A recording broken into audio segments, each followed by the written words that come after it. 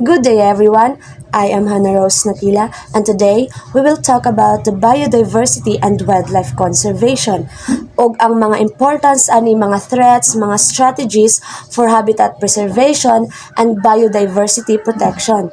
So, unsa day ang biodiversity? Ang biodiversity refers to the variety of life forms on Earth, including ang plants, mga animals, mga fungi, microorganisms, and ecosystem they live in. So, unsa di ang wildlife conservation?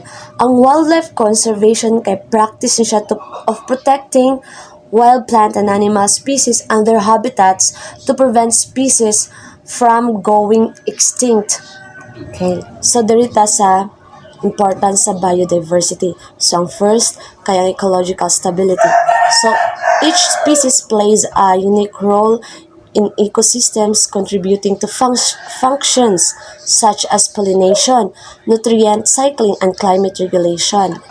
So, ang second, ang economic value. So, agriculture, medicine, and tourism benefit significantly from biodiversity.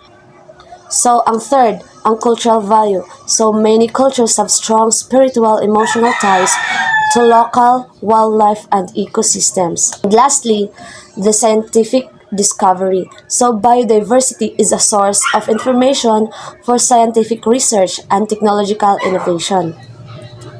So, diri na punta sa threats to biodiversity. So, naay upat ka threats ang biodiversity.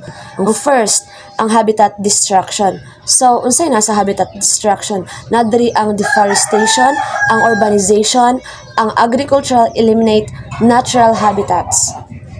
So, ang ikaduha kay ang climate change. So, diri sa climate change, ang pagtaas sa temperature o ang shifting sa weather kay makadisrupt siya sa ecosystems.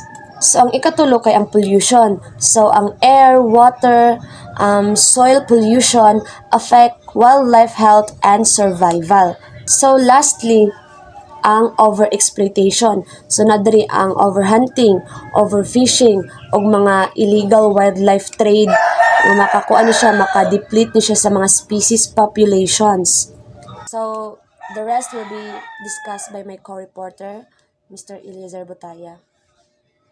Hi everyone. So I'm gonna talk all about the wildlife conservation strategies. So first is the protected areas. So one of the example is national parks, wildlife sanctuary, and biosphere reserves provide safe habitats for the animals. The second strategy is legislation.